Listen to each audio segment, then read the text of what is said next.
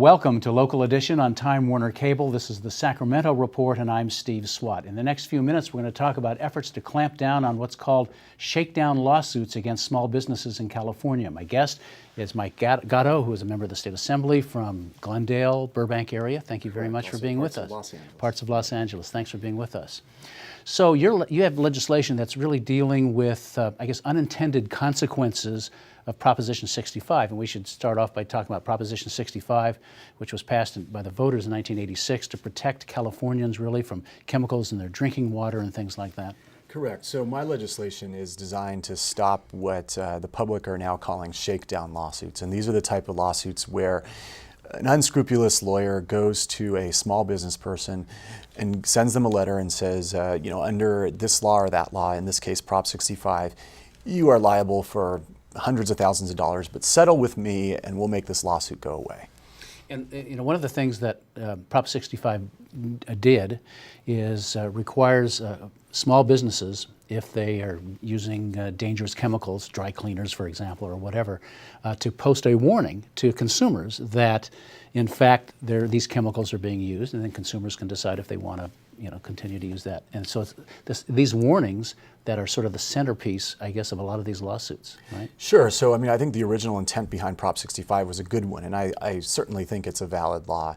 We wanted to make sure we protected workers and members of the public from dangerous releases or exposure to chemicals. Mm-hmm. The problem is that what we're now seeing is that these warning signs are proliferating everywhere. People tend to ignore them, and they're being demanded for not so dangerous chemicals.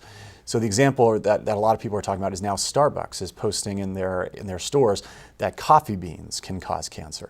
And that's because a certain process in the roasting of coffee beans technically releases a chemical or something like that. And I think you run the risk of inundating the public with too many warnings for too many products that the warnings just don't make sense anymore. And wasn't it a constituent of yours that came to you and said he or she was really being victimized? Yeah, so the genesis behind this bill of mine was that there's a coffee shop owner in my district, and it's a very popular coffee shop, and they sell primarily coffee. But they also sell beer, and it's got to be just a small percentage of his sales. Not too many people are hanging out there to have a beer. But someone came into someone sent him a letter and said, I've been in your shop every day for the last 14 years. I've had a beer every day, and the guy's thinking, well, wait a second, I know all my customers, I've never seen you. I've had a beer every day, and you have not warned me that beer could cause cancer, and because you haven't warned me that beer could cause cancer, you're liable for $2,500 a day, going back 14 years. So obviously the lawyer probably wants this individual to settle for some money, and what would your legislation do? So my legislation, and we're still getting input from various stakeholders, but the idea is to protect small businesses from the need to face tremendous liability for regular household chemicals like beer or coffee.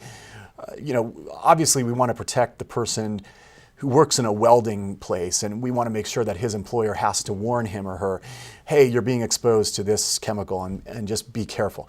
We want to protect that. But what I think we don't want to protect and we want to clamp down on are the shakedown lawsuits to small business owners over common chemicals that everybody's familiar with. And so if someone comes with a complaint, says you don't have a warning sign up there, if they say, okay, I'll put up a warning sign, no problem. Correct. We want to give small businesses basically 14 days to comply with the law, to put up the warning. And I think people who are big in the original intent of Prop 65 will rejoice because this is the original intent of the law. All right. Well, Mike Gatto, thank you very much for coming by, talking about your legislation. Terrific. We appreciate it. Thanks for having me. And thanks to our viewers for watching Local Edition on Time Warner Cable. A reminder, you can see this and similar interviews on YouTube, also on My Government On Demand. I'm Steve Swat. Have a great day.